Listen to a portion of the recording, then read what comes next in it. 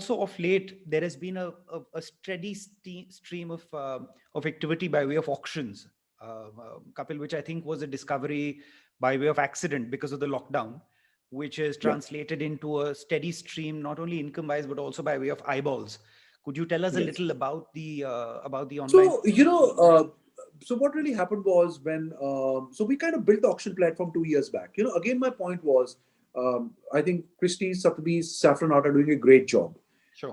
of rolling out auctions and having the works. But again, you see, it's for a different strata of the society. Okay, so Sure. my point was, for somebody who doesn't understand art. So and I looked at myself. I didn't understand art. I thought 10, 12 years back. Yeah. And the taste evolves. And I remember our conversations, Arvind, where you would say that, couple, what you like today, you may not appreciate in 2 years, and keep on changing. And it's always kept on changing. Now, the art that I like, nobody else likes. Yeah, so at home at least. Okay. But 10 years back, they used to love what I used to buy. Okay, but I think because as taste evolves, it evolves. Yeah, Of and course. but it was also to do with a lot of museum visits. It was a lot to do with international meeting artists in an international. I remember attending Seher Shah's show in Berlin because I was in Berlin at work, and I attended a show. I remember. I think I have her most monumental work. It's a 10 feet by 6 feet work still at my home, which I bought. I think it was at the first India Art Fair that ever happened. Right. There was only 3 editions to that work, and I think I owned one. So it's basically also acquiring some great contemporary pieces. But again, the whole idea always has been in terms of promoting younger artists. And I always felt that what if a younger artist wanted to sell? Means why does art have to be expensive? What if you, Arvind, what happens in India? People buy these cheap prints from the roadside and they put it up at their home. Sure. But has anybody told you you're so scared to go into an art gallery? Because even today, when I send out the auction to my entire broadcast list, 80% of the people, and they're very well heeled corporate people with big bank balances, great CEO jobs, and they've not been initiated into the world of art, and they're so Sure. scared. They're saying, "Couple, it's all mumbo jumbo for me and all." And I tell them, "Okay, you know what? Look at the auction catalog. Set up a price in your head that I will pay 50,000 rupees, or I'll pay 25,000 rupees, or I'll pay 1 lakh. Don't go over that number and start bidding on the works that you like. Forget about the name of the artist. Forget about what you like. That will evolve. Like you taught me, that will evolve.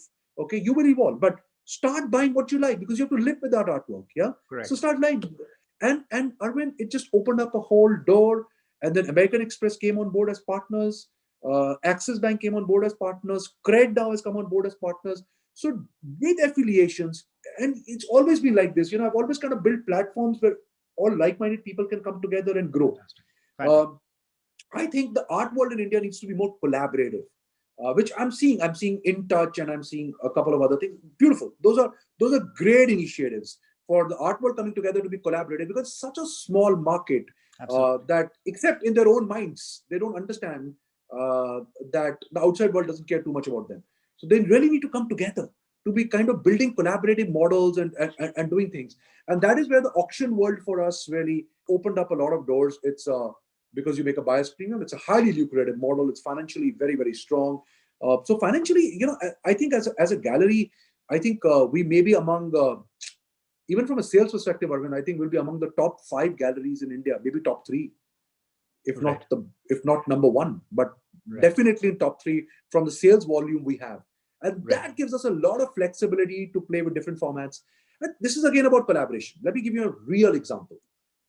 Glenfiddich every year runs an international art residency with 18 artists from all over the world. Right. And 10 years back, I was sitting with the country head of Glenfiddich at the Oberoi, and she said, it's such a pain to get to a gallery and get an artist. I said, why don't we create an award? And I told Subodh and Bharti to come and give the award when they give it for the first 4-5 years. And we had Peter Negi as head of the jury that time, Thukral and Tagra, Jagannath Panda, Swapan Seth, Nitin Bhayana. We had people, Bhavna Kakkar, who joined the jury in the last 2 years. And now Kiran, Mrs. Nadar is Mrs. Kiran Nadar is the head of the jury. And so suddenly it's become such an important platform. But again, look at the consistency. 9 artists from India have been sent to Scotland every year for 3 months, given a stipend. The total prize money is 10 lakhs for an artist who's not making anything. 10 lakhs, totally democratic process.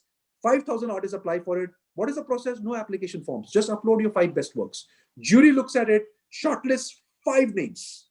Okay. And 5 names are the names with the highest votes. Those 5 artists are flown down to Delhi. They do a whole show that night. They meet the jury at 4 p.m. in a live to live interaction. And after meeting them after 3 hours, 7 p.m., the jury meets, finalizes a winner in the next 30 minutes. Okay. It's always closed. And that night, there's a big party and you celebrate. Contemporary art was about great parties, great celebrations. We kind of brought it back. And tell me one art award in this country which has lasted 10 years. Sure. But what is it? It's a collaboration. I don't have to send them to Scotland, but imagine a young person from Baroda or Kolkata or Cochin or from wherever landing up in Scotland, in Edinburgh, and working with 18 artists under the supervision of an international art residency director, Andy Fairgrave, phenomenal guy, and coming back after learning skills from there and actually doing a solo show with Art District 13, which is our second gallery, which is the higher end curatorial gallery that we had.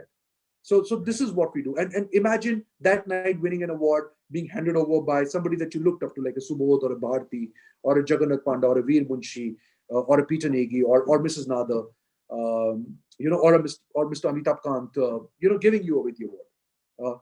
So we kind of brought that level of attention to the art world from our own side. But still made it financially sustainable for us to keep on doing these initiatives, to keep on propagating the message. Because Best College Art's not going out of business for the next 10 years, I can tell you that. Right. No, it's fantastic. And Kapil, in large part, obviously, this comes down to very sound dynamics from a financial perspective. I think, the legwork that you've already put into place has created a frame that is robust, that will ensure the longevity of this platform. And to the point that you make of the award, that is much needed. I think that kind of supports are essential within the ecosystem. And you clearly have created something that has been the longest running initiative of its sort